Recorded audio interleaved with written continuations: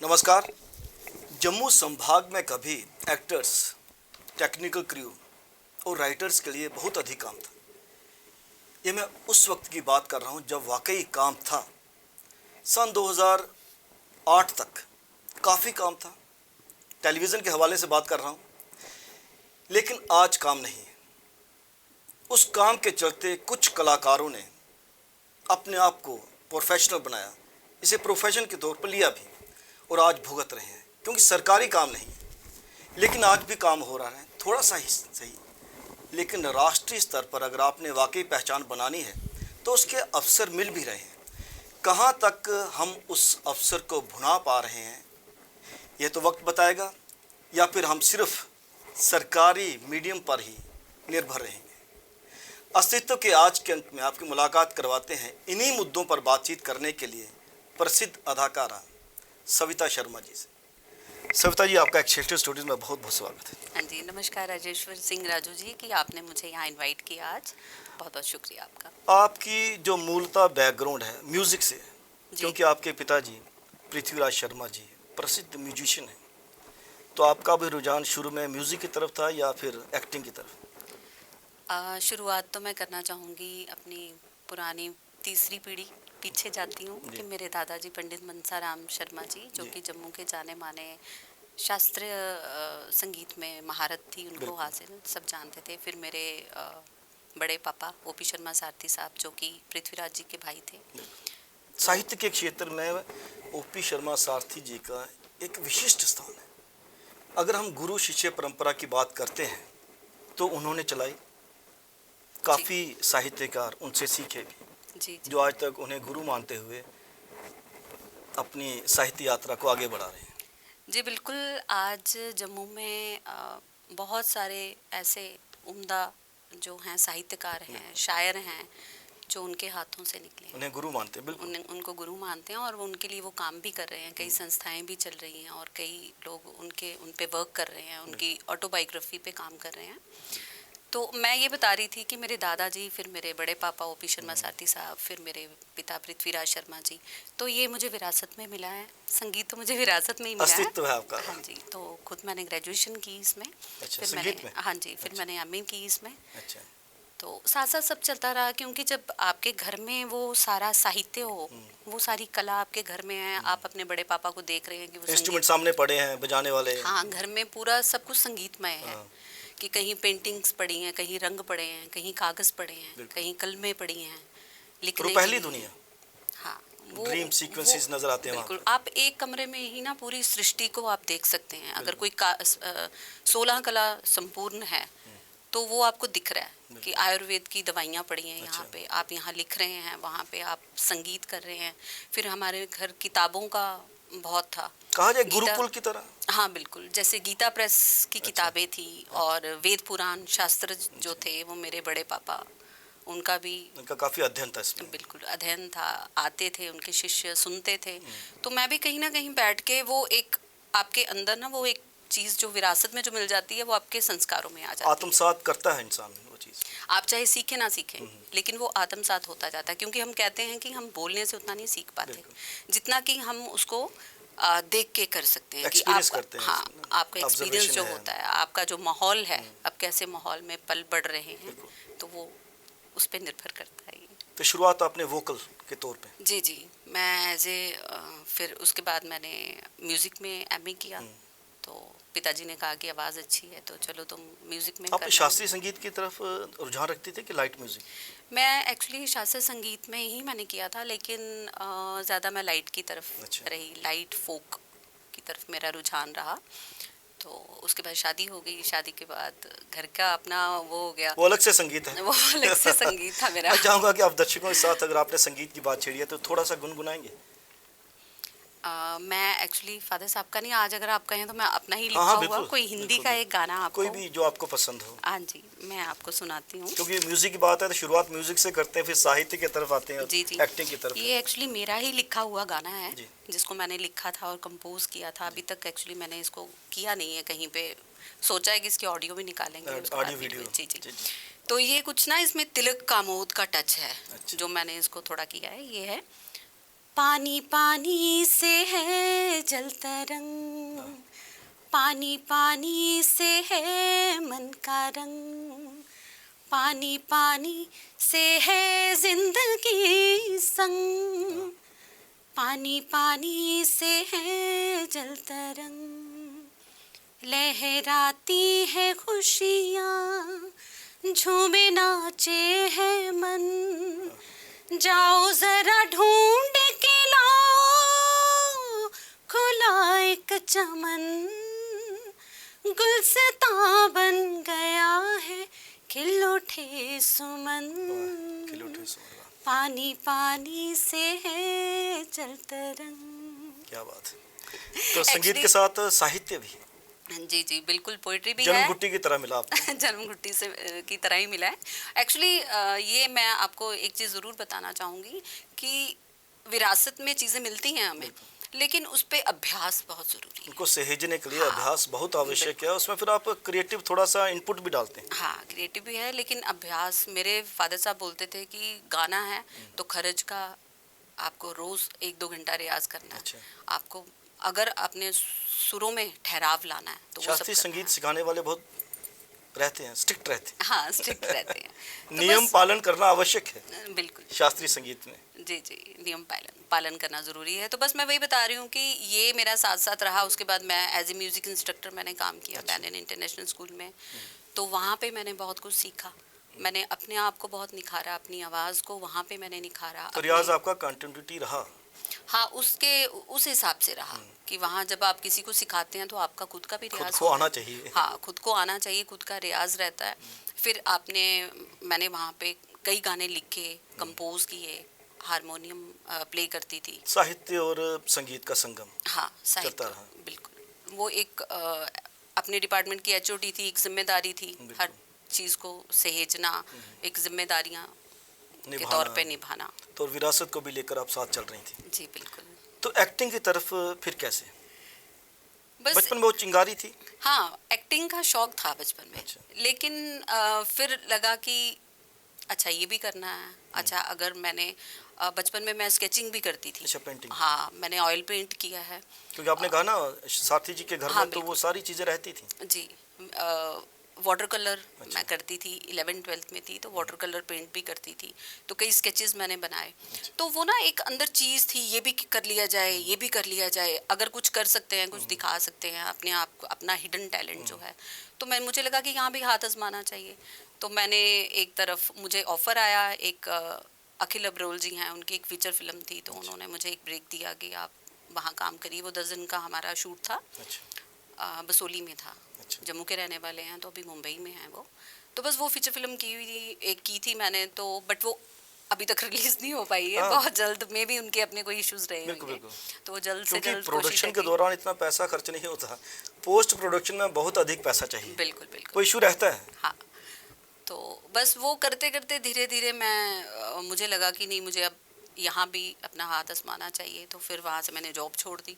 अच्छा। तो उसके बाद फिर कोविड की हो गई, वो 4-5 साल जो है वो ऐसे शून्य, जो हमारी जिंदगी का शून्य था वो। लेकिन शून्य नहीं कह सकते उसको, क्योंकि उसी दौरान में अगर शून्य रहा जिंदगी के हिसाब से, प्रोफेशन के हिसाब से, लेकिन उसी दौर में वास्तव में जो आर्टिस्ट थे जिनका हिडन टैलेंट था, उस दौर में बाहर आया। बिल्कुल, सोशल मीडिया के माध्यम से। सोशल मीडिया का ऑनलाइन बड़ा कह सकते हैं ब्लेसिंग भी रहा कहीं टू सम एक्सटेंट। नहीं, बिल्कुल ब्लेसिंग्स रहा। सृष्टि को अपना भी एक बैलेंस बनाना है। पोल्यूशन बहुत कम हो गया उसके बाद। हाँ, पोल्यूशन कम हुआ। बड़ी चीज़ें जो हैं हमने सफ़र की, बड़ी चीज़ें हमने सीखी। हमने अकेलेपन में जीना सीखा कि आप खुद को कैसे निखार सकते हो। संवेदनाओं की बात करें तो उस दौर में हर आदमी संवेदन विहीन नहीं था। बिल्कुल संवेदनशील था। संवेदनशील था, क्योंकि अपनों का दुख, अपनों के जाने का दुख, बहुत सारी चीज़ें होती हैं। स्ट्रेस स्ट्रेन में जो प्रोफेशनल लाइफ में आती है, तो संवेदनहीन होना कई बार मजबूरी भी बन जाता है। मजबूर भी बन जाता है इंसान। पर काफ़ी मुझे लग रहा है कि उस दौर में मनुष्य जो है बहुत हिम्मत वाला बन गया। मानवता की तरफ एक और कदम उठा। सिखाया कैसे एक कदम बढ़ाया जाए मानवता की तरफ। जी जी।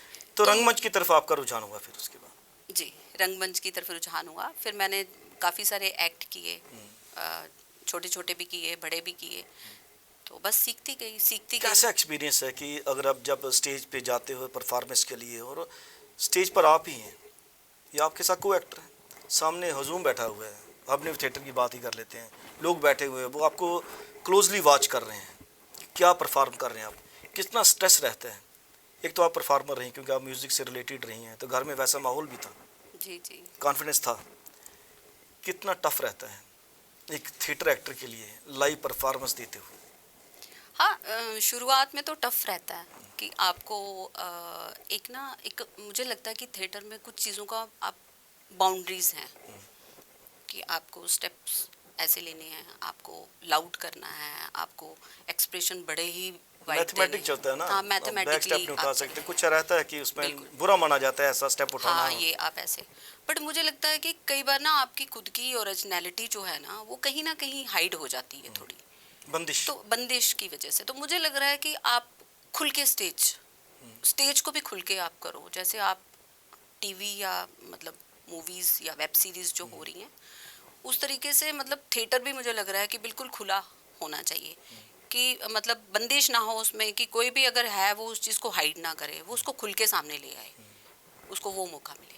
तो ये थिएटर में है, पर मेरा एक्सपीरियंस ये रहा कि अच्छा ही रहा कि डायलॉग्स हैं प्रॉपर, मुझे लग रहा है मीनिंगफुल डायलॉग्स हों तो आप उसको इम्प्रोवाइज भी कर सकते स्क्रिप्ट हैं। कहाँ तक रोल प्ले करती है, अच्छी स्क्रिप्ट कहाँ तक रोल प्ले करती है एक अच्छी प्रोडक्शन के लिए?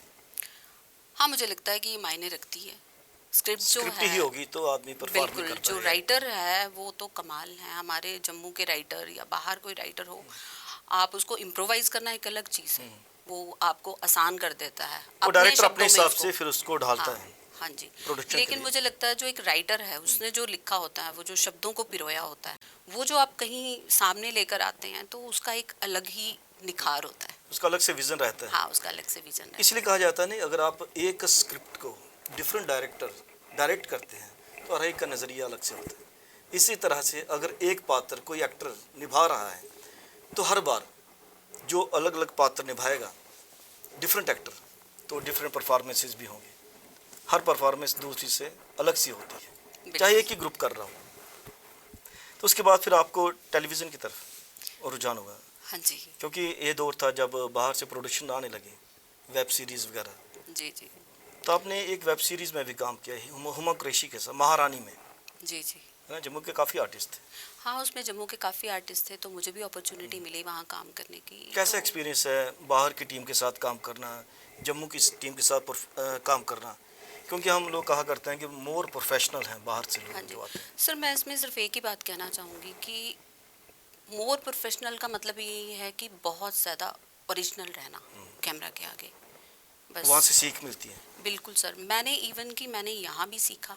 मैं ये नहीं कहूँगी कि मैंने पता नहीं मैं क्या हूँ, मैं ये बोल रही हूँ मैंने जिसके साथ काम किया, चाहे वो मेरे से एक्सपीरियंस में कम हो या मेरे से बहुत ज़्यादा हो, मैंने उनसे सीखा ही सीखा। मैंने हमेशा उनका एक पॉजिटिव साइड देखी कि मैं कहाँ से उनकी पॉजिटिव साइड जो है, उनका जो गुण है, उसको मैं कैसे ग्रैब करूँ, क्योंकि नेगेटिव चीज़ें हम सब में होती हैं, वो हमें एक साइड छोड़नी है। अगर आपको आगे बढ़ना है तो आपको देखना है कि हाँ, मुझे भी सीखना ही है, और मैं अभी तक सीख रही हूँ। तो एक्टर वही है, कला का कोई भी क्षेत्र हो तो कलाकार के लिए हमेशा शून्य से ही आरंभ करना पड़ता है। बिल्कुल, मैं जब भी कोई काम करती हूँ तो मुझे लग रहा है मैं शून्य से ही कर रही हूँ, क्योंकि मुझे लग रहा है मुझे सीखना है, अभी मैं सीख रही हूँ। जम्मू के जो एक्टर हैं, एक्ट्रेसेस हैं, क्या अपने स्क्रिप्ट पे इतना काम करते हैं? होमवर्क चाहिए स्क्रिप्ट पे? स्क्रिप्ट पे भी होमवर्क चाहिए, बस मैं तो एक ही चीज़ बोलती हूँ कि आप जो डायलॉग्स बोल रहे हो वो प्रॉपर उस कहानी को जस्टिस करते हो जो आप काम कर रहे हैं। तो उसके लिए अगर आपको, जैसे कि आपने वेब सीरीज़ भी की, तो वेब सीरीज़ तो बहुत लंबी हुआ करती है, हाँ आपको जी, अपना पात्र दे दिया गया कि आपने ये रोल निभाना है, हाँ जी। उसके लिए कितना आवश्यक है एक एक्टर के लिए, परफॉर्मर के लिए पूरी स्क्रिप्ट जानना? तभी तो पता चलेगा कि मेरे रोल की क्या अहमियत है। जी, ये तो ज़रूरी है, आपको मतलब एक बार स्क्रिप्ट तो आपको देखनी है कि मतलब वो उसका थीम क्या है, आप किस चीज़ में काम कर रहे हैं। क्योंकि वेब सीरीज़ में बहुत से एकदम से मोड़ आया करते हैं, हाँ, मोड़ आ हो जाते सकता है हैं। आपका पॉजिटिव कैरेक्टर चल रहा हो, हाँ, एकदम से बाद में नेगेटिव हो जाए, बिल्कुल बिल्कुल। तो वो आपको एक्सप्रेशन शुरू में ही वो दे दे के थोड़ा थोड़ा सस्पेंस क्रिएट करना पड़ता है। हाँ जी, हाँ नहीं वो करते हैं, लेकिन कई बार हम ना जब काम कर रहे होते हैं तो हमें पता चल जाता है कि ये रोल जो हम जो करेक्टर निभा रहे हैं वो हम अपना बेस्ट दे रहे हैं और मतलब वो ठीक चल रहा है। अभी आपने रिसेंटली एक वेब सीरीज की है ना, उसका नाम था शायद शी चाचा कुछ जी ऐसा। जी, वो मीर सरवर जी के हाँ साथ मेरा एक था, वो भी अपकमिंग प्रोजेक्ट है, तो बहुत जल्दी वो रिलीज़ हो जाएगा। उनके साथ बड़ा ही ब्यूटीफुल एक्सपीरियंस रहा मेरा। मीर सरवल जी का तो काफ़ी एक्सपीरियंस है, उन्होंने बॉलीवुड की काफ़ी फिल्में की हैं जी जी और जी नामी ग्रामी एक्टर्स के साथ उन्होंने परफॉर्म किया उन्होंने। जी। बस आप आर्टिस्ट के साथ काम करते हैं जब अपने से हाई लेवल पे थोड़ा, तो आपको बड़ा कुछ वो ज़्यादा ही आपको सीखने को मिलता है कि थिएटर आपको आपको बस कितना कॉन्फिडेंस देता है, क्योंकि लाइव परफॉर्मेंस है ना, बिल्कुल उसके बाद आपको पता है कि कैमरा है थिएटर सामने तो गलती हो जाएगी, कट हो जाएगा। कट हो जाएगा, थिएटर ये में तो कट नहीं है। नहीं, बिल्कुल ये आप बिल्कुल सही कह रहे हैं कि थिएटर जो है आपकी वोकेबलरी, आपकी स्ट्रेंथ वो बढ़ाता है कि आपकी डायलॉग डिलीवरी जो है वो आप प्रॉपर देखो, वहाँ पे कट नहीं है, वहाँ जो है सामने है, सही है गलत है जो भी है वो थोड़ा सा ऑडियंस आपने के गलती सामने कर दी तो प्रोडक्शन उड़ गई फिर, है। बिल्कुल है ना। देखिए, जो चीज़ आप दूर से मतलब हो रहा है उसमें आपके एक्सप्रेशंस तो नहीं दिख रहे, लेकिन आपको सुना जा रहा है। दूर से जितने एक्सप्रेशन, एक बॉडी एक्सप्रेशंस हैं वो दिख रहे लाउड हैं। एक्सप्रेशन चाहिए हाँ, इसमें बहुत लाउड ज़्यादा। एक्सप्रेशंस दिख रहे हैं आपको, बॉडी एक्सप्रेशंस दिख रहे हैं, आपका जो आवाज़ है उसके थ्रू आपके एक्सप्रेशंस, इमोशंस जा रहे हैं ऑडियंस तक। लेकिन जब आप कैमरा में आते हो ना तो आप हर चीज़ को कैप्चर कर आँख रहे की जो पुतली हिलती है वो भी रजिस्टर हो, होती वो है। भी रजिस्टर होती है। इसी तरह ये से थोड़ा जब हम फर्क है, रेडियो के लेकिन लिए काम करते हैं, आकाशवाणी के लिए नाटकों में काम करते हैं, तो आपकी सांसों का उतार चढ़ाव वो भी इफेक्ट पैदा करता है। वो भी इफेक्ट पैदा करता मुझे लगता है कि जो आजकल नए रंगमंच के लिए थिएटर निर्माण हो रहे हैं वो छोटे छोटे हो रहे हैं। जैसे पृथ्वी थिएटर को ले लीजिए आप, मुंबई में छोटा सा थिएटर है, क्योंकि रजिस्टर कर पाना इजी होता है। अब अभिनव थिएटर में अगर आपने परफॉर्मेंस देनी है और एक स्पेक्टेटर दर्शक लास्ट सीट पे बैठा हुआ है, वहाँ तक आवाज़ पहुँचानी है, तो एक्टिंग स्किल का भी एक इम्तिहान है, तो कहीं ना कहीं आवाज़ फटती भी है फिर। है। हाँ जी, आवाज़ फटती भी है। और ये जो एक्टर है बेसिकली थिएटर का, वह कभी नहीं चाहेगा कि मेरे लिए माइक लटका दी जाए। ये पुराने एक्टर्स के साथ दिक्कत कही यही है, जब उनकी सेल्फ कॉन्फिडेंस की बात करिए कि वो नहीं कहते थे कि हमें नहीं चाहिए माइक। हाँ जी हाँ जी। नहीं, देखिए आजकल तो टेक्निक्स भी ऐसी आ चुकी हैं कि आप मतलब किसी भी चीज़ में इम्प्रूव कर सकते हैं, लेकिन थिएटर वाकई में एक ऐसी चीज़ है जिसमें आप ओवरऑल इम्प्रूव करते हैं, चाहे क्या वॉइस हो चाहे फ़र्क महसूस करते हैं आप थिएटर करते हुए, टेलीविज़न करते हुए, फिल्म करते हुए? क्योंकि 3 डिफरेंट मीडियम्स ऑफ एक्सप्रेशन है। थिएटर जहाँ लाउड चाहिए, टेलीविज़न फिर आपकी स्क्रीन छोटी हो जाती है, और 70 mm पे अगर आपको दिखना है फिर एक्सप्रेशन बहुत बदल जाएगा। जी जी। कितना फ़र्क महसूस करते फ़र्क तो मुझे खास बस यही लगता है कि आप कहीं भी रहें आपको ओरिजिनली रहना है। आपको वो मतलब वो चीज़ इतनी भी लाउड नहीं कर देनी है कि आपको वो मतलब लगे कि ये फेक जा रहा है। बस ये मुझे ज़्यादा लगता है। हैं? एक सवाल मैं आपसे पूछना चाहूँगा कि हम लोग कब तक सरकारी मीडिया पर डिपेंड रहने चाहिए? क्या हमारा सर्वाइवल जो है वो सिर्फ दूरदर्शन ही है? अगर आज जैसे कई वर्षों से दूरदर्शन पे बिल्कुल काम नहीं है, लोगों की पेमेंट्स फंसी हुई हैं 10-10, 12-12 वर्ष से, जी जी। नहीं है काम, तो सर्वाइवल क्या है? आगे बढ़ने के लिए क्या किया जाना चाहिए? देखिए, मुझे तो लगता है कि पहले का तो मैं नहीं बता सकती, लेकिन अभी तो गवर्नमेंट ने भी जो सब्सिडीज़ भी दी हैं और बाहर से भी हमारे वहाँ से प्रोड्यूसर्स आ रहे हैं, डायरेक्टर्स आ रहे हैं काम करने के लिए। तो मुझे लगता है कि पहला इनिशिएटिव जो है तो वो हम आर्टिस्टों का ही है कि हम मतलब उसको किस तरीके से इस्तेमाल कर रहे हैं अपने टैलेंट को निखारने के लिए या अपनी चीज़ को आगे लाने के लिए आपको इनिशिएटिव लेना पड़ेगा। तो डिपेंड तो हम, अगर गवर्नमेंट नहीं कर रही या आपको लग रहा है कि हमारे लिए नहीं कुछ किया जा रहा, तो आप खुद से इनिशिएटिव तो ले सकते हैं।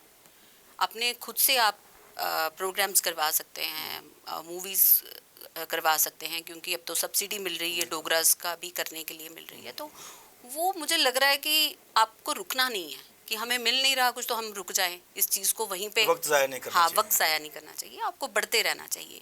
आज नहीं तो कल हम अपनी उस चीज़ को, अपने उस डोगरा कम्युनिटी को आगे लाने के लिए इतना हम कहते हैं, तो मैं कहती हूँ कि उसको भी साथ साथ आगे ले जाया जाए और हम खुद ही इनिशिएटिव लें। अब मैं भी सविता सारथी प्रोडक्शन मैंने जो लॉन्च किया उसके थ्रू मैंने एक डोगरी सॉन्ग किया था जिसमें मेरे फादर साहब जी ने लिखा था, अच्छा। ब्रदर ने गाया है और मैंने उसको वीडियोग्राफी करवाई थी। तो मैं एक इनिशिएटिव लिया बिल्कुल। कि ठीक है अगर मैं उसमें खर्च कर रही हूँ कुछ, तो ये एक डोगरा को प्रमोशन भी हुई कि डोगरा लैंग्वेज हमारा को फर्ज प्रमोट भी है किया। हाँ, अपनी और ये हमारा भाषा फर्ज भी है। सांस्कृतिक विरासत को प्रमोट करना, बिल्कुल, हम अपनी सहेज कर तरफ से रखना। कर सकते हैं। बिल्कुल। उन पे वो इशू ठीक है कि हम वहाँ से हमें अगर कहीं कुछ कमी रह रही है तो हम अपने अंदर से वो चीज़ तो पूरी करें। एक और ये चीज़, चीज़ है। जैसे आप मुंबई में अगर काम करना चाहते हैं तो वहाँ पर आप कास्टिंग डायरेक्टर के बिना काम कर नहीं पाते। आपका किसी न किसी एसोसिएशन के साथ रजिस्टर होना बहुत आवश्यक है। जी जी इसी तरह से जम्मू में मुझे नहीं लगता है कि दादा एक है एसोसिएशन जो रजिस्टर्ड ऑर्गेनाइजेशन है। जी जी तो एक ऐसी ऑर्गेनाइजेशन का होना बहुत आवश्यक है कि बाहर से जो भी प्रोड्यूसर आता है काम करने के लिए, प्रोडक्शन हाउस जो भी आता है, तो उसके माध्यम से, एसोसिएशन के माध्यम से ही वहाँ तक पहुँचा जाए जो ऑडिशंस वगैरह हुआ करते हैं। इससे सिक्योरिटी भी रहती है कहीं पे काम की। हाँ या मुझे जो इक्का दुक्का जो लोग हैं, लाइन प्रोड्यूसर जिन्हें कहा जाता है, कास्टिंग डायरेक्टर कह लीजिए, या उन पर निर्भर रहना पड़ता है आर्टिस्ट को कि मुझे इंट्रोड्यूस करेंगे। हाँ कहीं ना कहीं तो निर्भर रहना पड़ता है, क्योंकि जब बाहर के लोग आते हैं यहाँ पे तो उनको तो अमूमन पता नहीं होता कि जम्मू में कौन कौन से आर्टिस्ट हैं, क्या क्या हैं। तो ये मुझे लग रहा है कि वो करते भी होंगे, पर ये है कि उनका एक ड्यूटी भी है कि वो सब आर्टिस्टों को हाईलाइट करें, तो उसके लिए आर्टिस्ट छोटे एसोसिएशन होना बड़े आवश्यक सब। है क्या? वो उनकी चॉइस है कि वो किस आर्टिस्ट को रखते हैं, पर आपको सबको साथ लेके नहीं, उसके कम्युनिटी। लिए एक एसोसिएशन का होना आवश्यक है क्या? हाँ मेरे ख्याल में होनी चाहिए, एक एसोसिएशन होनी चाहिए जिसमें आ, सब आर्टिस्ट हों। बिल्कुल। सब सब मतलब सब सब बिल्कुल, हाँ, जीरो बिल्कुल। लेवल से लेके हाई लेवल से लेके जीरो लेवल तक आपका हर आर्टिस्ट उस एसोसिएशन का पार्ट एसोसिएशन होना में चाहिए। पार्ट होना चाहिए, ताकि उनको भी वो प्लेटफॉर्म मिल सके, बिल्कुल। उनको भी मिल सके, छोटा मिले बड़ा मिले, आप अपनी ड्यूटीज निभाइए। आप एकदम से उठ के नहीं जा सकते किसी प्रोड्यूसर के पास कि मैं आर्टिस्ट हूँ, अनटिल आपके पास वो एक माध्यम हो एसोसिएशन का, बिल्कुल। उसका कार्ड पकड़ कर आप जाते हैं कि आप- मैं हूँ रजिस्टर्ड हूँ उनके मैं साथ। रजिस्टर हूँ और मुझे भी काम मिलना तो उसके बिना, रजिस्टर्ड आर्टिस्ट के बिना किसी को काम दिया भी जाना नहीं है। चाहिए, बिल्कुल। अब जैसे देखिए कि बाहर है ऐसा। जी, कई आर्टिस्ट ऐसे हैं जो मतलब इसी फील्ड से 2 वक्त की रोटी भी बिल्कुल। कमा रहे मैंने हैं। कहा ना, प्रोफेशन अपना लिया था कुछ लोगों ने शुरुआती दौर में, जब दूरदर्शन का काम बहुत हुआ करता था, लेकिन सरकारी मीडिया हम लोगों को कहाँ तक पालेगा। इसी उधेड़-बुन में कुछ आर्टिस्ट डिप्रेशन का शिकार भी हुए। जी बिल्कुल, डिप्रेशन का शिकार हुए हैं, खासकर कोविड में भी उनको बड़ी दिक्कतों का सामना करना पड़ा। आप देखिए जिनकी रोजी रोटी चलती ही थिएटर से है या चलती ही इन चीज़ों से है, तो फिर वो कहाँ जाएंगे? उनके लिए प्लेटफॉर्म होना चाहिए। मैं ये नहीं कह रही, बहुत सारी संस्थाएं हैं, कर भी रहे हैं वो काम, बहुत सारा काम इतना आप भी पैसा रहे है हैं। नहीं ना, हाँ इतना पैसा संस्थाएं तो हैं, काम तो कर रही हैं, उनके शौक ही पूरी कर रही हैं। है। बिल्कुल, अगर आप सोशल मीडिया पे अपनी प्रतिभा का परिचय देते हो, उसमें पैसा नहीं आ रहा ना। पैसा नहीं आ रहा। कुछ एक आध को छोड़ दीजिए तो वो कमा रहे होंगे, लेकिन अमूमन लोगों के पास पैसा नहीं आ रहा। जी जी जी तो आप इन हालातों में, जैसे आप तो वेब सीरीज़ वगैरह कर रही हैं, तो फाइनेंशियल पोजीशन आपकी अच्छी है, तो आपको ज़रूरत नहीं है कि वो सोचने की बेसिकली जी, कि जी। क्या मैं इसी से पैसा कमा कर अपना घर चलाऊंगी। जी। जो विशेषकर नौजवान तबका है इस फील्ड में आना चाहता है, उसे आप क्या संदेश देंगे कि क्या इसे प्रोफेशन के तौर पर अपनाया जा सकता है या अमेच्योर रखा जाए? रोज़ी रोटी के लिए आप नौकरी भी कीजिए, अपने शौक़ को पूरा करने के लिए पैशन ज़रूर रखिए, लेकिन शौक़ को पूरा करने के लिए ही इस फील्ड में आए।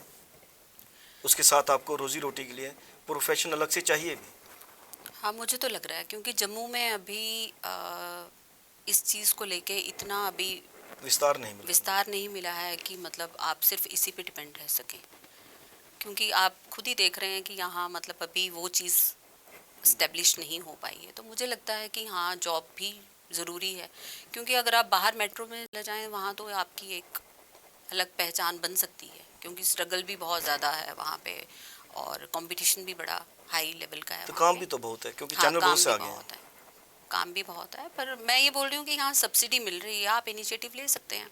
आप अपना एक प्रोजेक्ट लीजिए, उठाइए उसको, आगे करिए कि हमें भी सब्सिडी दीजिए, हम काम करना चाहते हैं, तो इनिशिएटिव तो लिया जा सकता है, पर थोड़ी मेहनत। जी, संगीत, थिएटर, रंगमंच, Akashvani, J&K academy of art culture and languages. संगीत को वही प्लेटफॉर्म मिलता है, रेडियो के माध्यम से, आकाशवाणी के माध्यम से, दूरदर्शन तो है ही नहीं, या फिर अकेडमी के माध्यम से। अकेडमी के माध्यम से रंगमंच को भी वहीं पे मंच मिला करता है अकेडमी के माध्यम से। क्या समझती हैं कि आप ये जो माध्यम है, संस्थाएं हैं, आकाशवाणी हो गया, दूरदर्शन हो गया, एकेडमी हो गया, अपेक्षाएं पूरी कर पा रही हैं आर्टिस्ट की? मुझे अपेक्षाएं, देखिए अपेक्षाएं तो आर्टिस्ट की हैं।